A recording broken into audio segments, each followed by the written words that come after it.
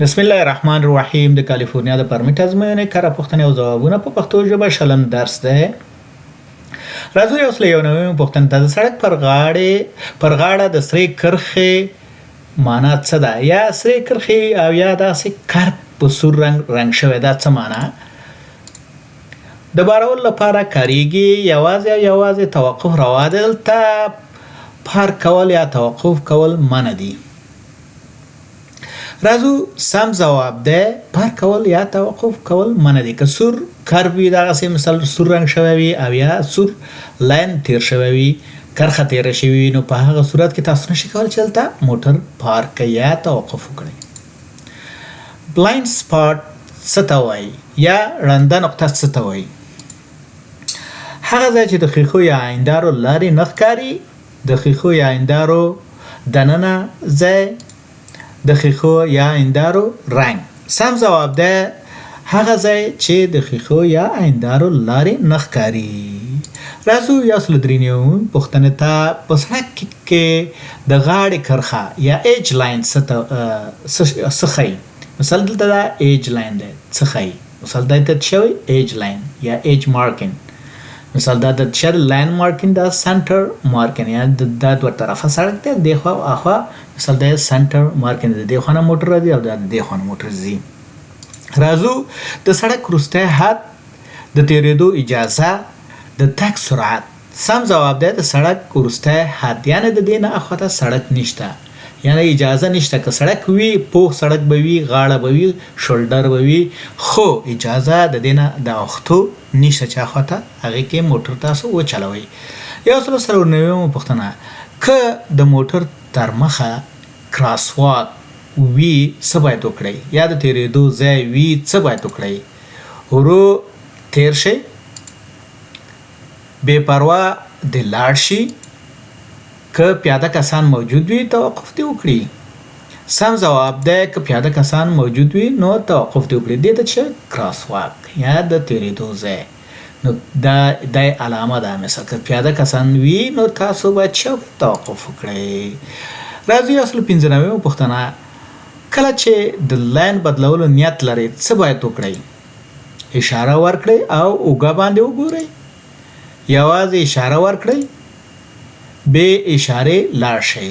سم ځواب دی اشاره ورکړئ او چوکۍ اوږه باندې وګوره یا په اوږه باندې وګورئ یعنی اور شولډر وکئ. کله چې مثال کم خواته ځئ کم خوا لاین بدلوئ نو په هماغه طرف ته اور شولډر وکئ په اوږه باندې وګورئ. راځم یو سلو شپږ نوي پوښتنې ته. که په سړک کې د حیوان تیریدو نښه وي څه معنا لري؟ په دې سیمه کې حیوانات یا څاروي تیریدلی شي، توقف شي. دا د پولیسو نښه ده. سم ځواب دی په دې سیمه کې د حیوانات یا څارویو د تیریدلی شي. لکه په دې شکل سره دلته وګورئ مثال د حیواناتو مختلفې دغه د کیدای شي دلته د اسونو نښه وي یا نور حیوانات وي خو په دې شکل سره یعنی دا په دې معنی چې دې کې څاروي یا حیوانات د سړک نه تیریږي. راځو کله چې د مرج نښه ووینئ یا یو ځای کېدو نښه مرج یا یو ځای کېدو نښه ووینئ څه باید وکړئ؟ خپل سرعت تنظیم کړئ او په خوندي ډول یو ځای شئ. سرعت زیات کړئ، توقف وکړئ.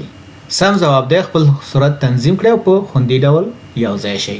دا نښې دي چې مرج معنا لري چې مثال دا سړک دی سیده ځي د دې خوا نه سره بل سړک یو ځای کېږي یا دا لاین ختمیږي دا موټر دې لاین سره یو ځای کېږي مرج کېږي دې ته مرج وایي. مثال د دې نه مثال دوه سړک دي دواړه یو سړک سره یو ځای کېږي. مثال د دې خوا نه د کیڼ لوري لاین ختمیږي او ښي خوا ته یو ځای کېږي. مثال دلته دوه لاین دي دا دواړه یو ځای کېږي لکه د دې په شان باندې د دې نه د چپ خوا نه یو لاین څه کېږي یو ځای کېږي. دلته مثال د ښي خوا نه د دې سیده سړک سره یو لاین بل اضافه کېږي لکه دا په دې شکل سره یا به دا مرج نښه وي چې مثال مرج یعنی یو ځای کېدو نښه. دغه نورې نښې هم دي خو یو څو نښې ما دلته نمونه راوسته چې تاسو په دې باندې پوه شئ. راځم یو سل اته نوي پوښتنې ده. په غرنیو سیمو کې دوه موټرې یو بل ته مخامخ راځي چاته د تیریدو حق ورکول کېږي؟ هغه موټر ته چې پورته روان وي، هغه موټر چې ښکته روان وي، هر څوک چې مخکې لاړ شي. هغه ته چې ده اجازه ده. سم جواب ده هغه موټر چې وي پورته روان وي، هغه موټر ته چې پورته روان وي، یعنی د ښکته خوا نه پورته خوا ته روان وي، د هغې ته د اجازه باید څه وکړي، د لارې حق باید ورکړل شي. راځم یو سلو 9 پوښتنې ته. د ماشومان د خوندیتوب څوکۍ قانون تر کوم عمره پورې ده؟ تر 6 کلو پورې، تر 8 کلو یا 4 فوټه 9 انچه پورې، یوازې تر 5 کلو پورې. سم جواب ده تر 8 کلو پورې یا 4 فوټه 9 انچه پورې. راځم 200 پوښتنې ته.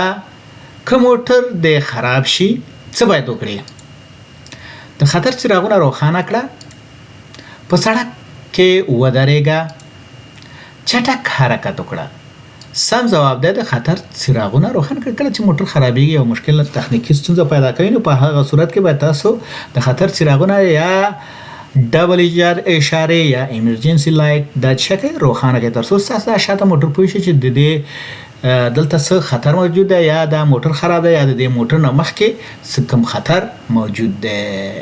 نو دا د کاليفورنيا د پرمټ پوښتنې او ځوابونه چې 200 ته ورسېدې. نور هم شته په راتلونکي درسونو کې تاسو ته تشریح کوم. مثال دا زیاتره د کتاب د نوي کتاب په اساس باندې جوړې شوي دي او دا ټول پوښتنې د کتاب نه دي. مثال کوم کتاب چې تاسو د کاليفورنيا مانوال چې وګورئ یا لاسي کتاب چې وګورئ نو په هغې کې دا ټول شامل دي.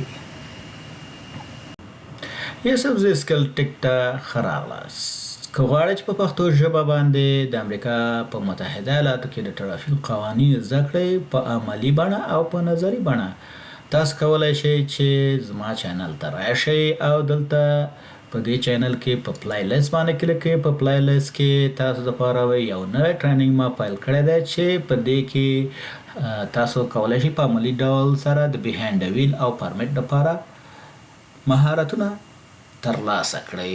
دلته که راشئ په دې باندې کلیک کړئ، دلته وګورئ مثال دا د پښتو ژبې دپاره دا معلومات دي، دا ټریننګ دی چې مثال تاسو کولی شئ چې دلته وګورئ تشريح ده او انځورونه دي، ویډیوګانې دي، پوښتنې دي.